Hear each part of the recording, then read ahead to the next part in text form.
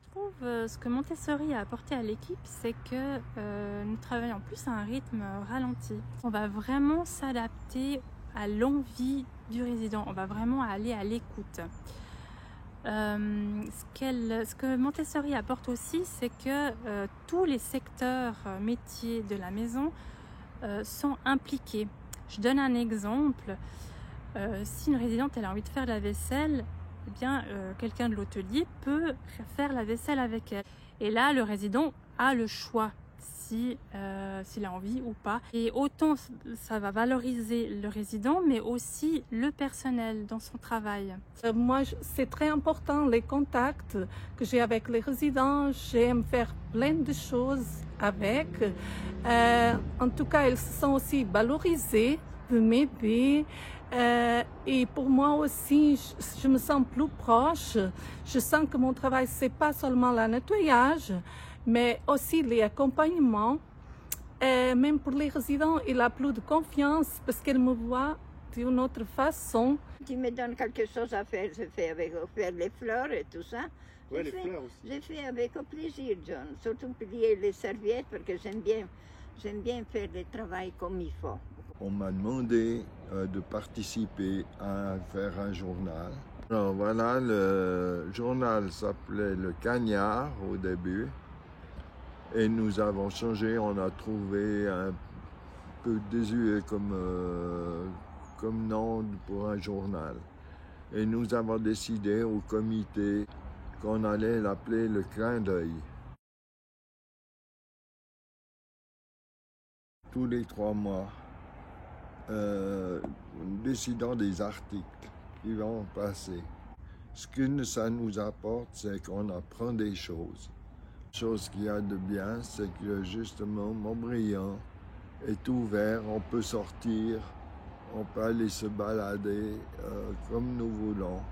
Et donc pour le résident, plus il est impliqué et plus il va faire des expériences positives et ça va l'amener à se sentir chez lui.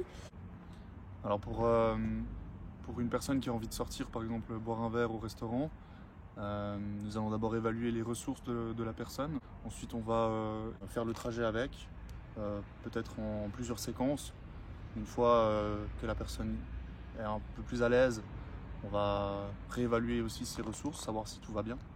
Et puis ça on peut le faire en plusieurs fois. Par exemple, on peut la laisser aller une fois tout seul, aller la ramener, la rechercher si besoin, si elle se sent un peu désorientée, si elle a besoin de notre aide.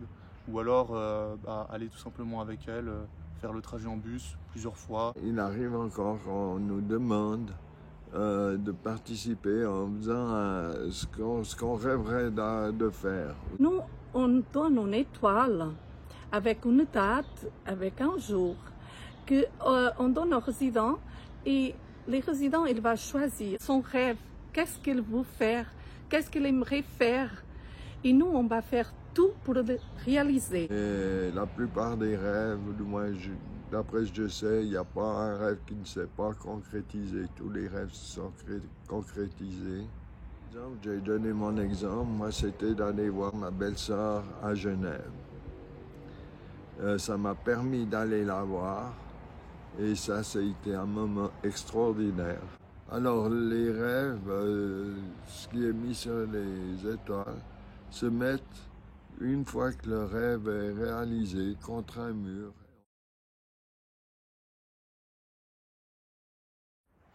Bonjour, alors je suis Pierre Gubler, je suis le médecin référent de l'EMS Montbriand depuis maintenant 14 ans. C'est un EMS que j'affectionne particulièrement parce que j'adhère complètement à la philosophie de la maison et de l'institution, avec beaucoup d'avantages selon moi à offrir le maximum de liberté et de laisser le patient en fait au centre des priorités de soins et d'accompagnement, parce que c'est pas seulement des soins, de pouvoir laisser le patient au maximum sujet de son histoire et pas seulement objet de soins, et de pouvoir vivre avec des objectifs d'accompagnement qui fassent sens pour lui. Donc pour moi, le fait que ce soit un EMS ouvert qui permette de sortir, de déambuler, de vivre à l'extérieur aussi, le projet rêve et la méthode Montessori tout ça sont des outils ou des fondamentaux qui sont appréciables dans cet objectif.